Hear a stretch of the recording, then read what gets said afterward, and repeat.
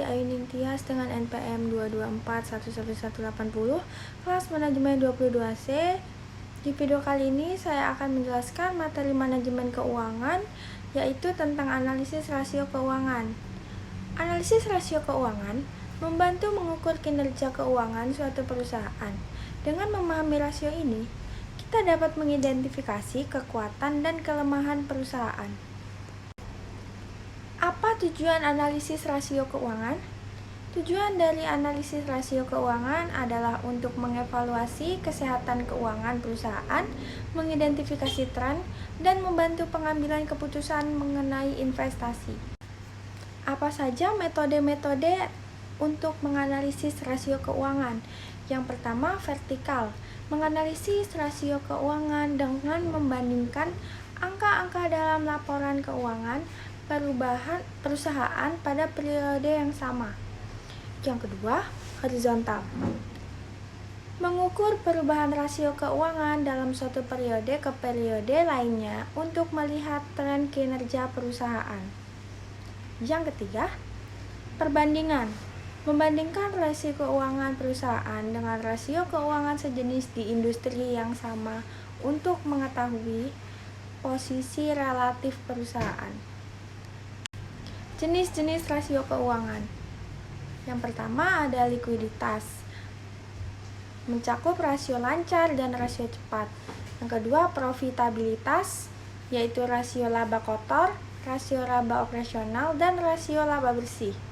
Yang ketiga, solvabilitas, itu mencakup rasio utang terhadap ekuitas dan rasio jaminan terhadap utang.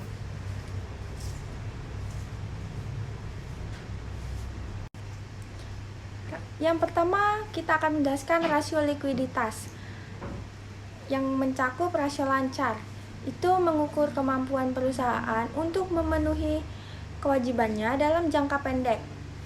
Formula aset lancar atau utang lancar. Yang kedua, rasio cepat. Mengukur kemampuan perusahaan memenuhi kewajibannya menggunakan aset lancar yang dapat segera diuangkan. Formulanya atau rumusnya, aset lancar dikurang persediaan dibagi uang lancar. Yang ketiga, interpretasi hasil analisis.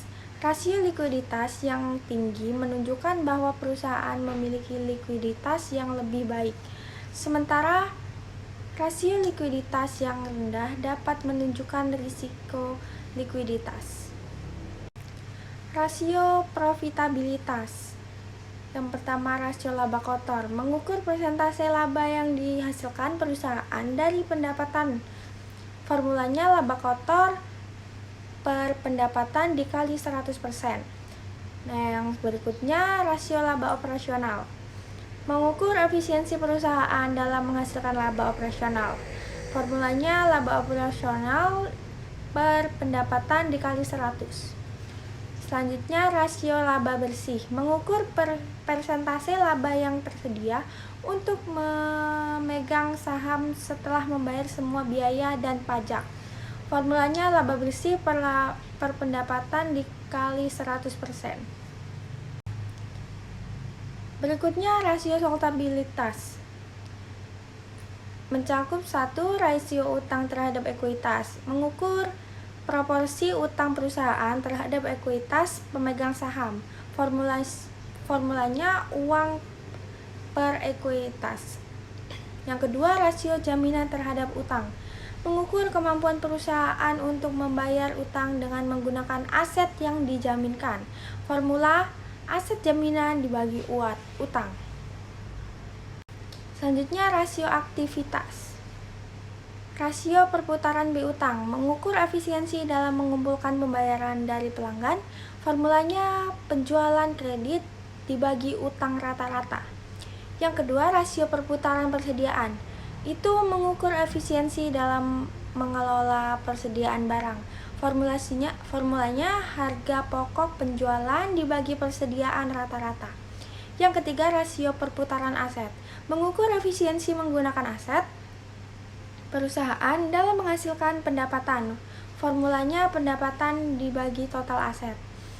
Yang keempat, interpretasi hasil analisis. Jika rasio aktivitas meningkat, maka perusahaan lebih efisien dalam mengelola sumber daya. Sedangkan penurunan rasio aktivitas dapat menunjukkan masalah operasional.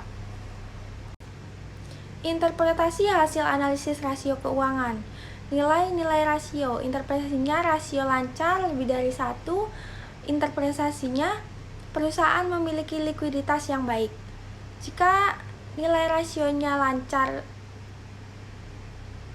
kurang dari 1, perusahaan mungkin memiliki masalah likuiditas. Rasio laba kotor kurang dari 20%, perusahaan menghasilkan laba yang baik dari pendapatan. Yang selanjutnya, jika rasio laba bersih lebih dari 10%, perusahaan menghasilkan laba bersih yang rendah dibandingkan dengan pendapatan. Rasio utang terhadap ekuitas di atas 1, perusahaan memiliki tingkat solvabilitas yang baik.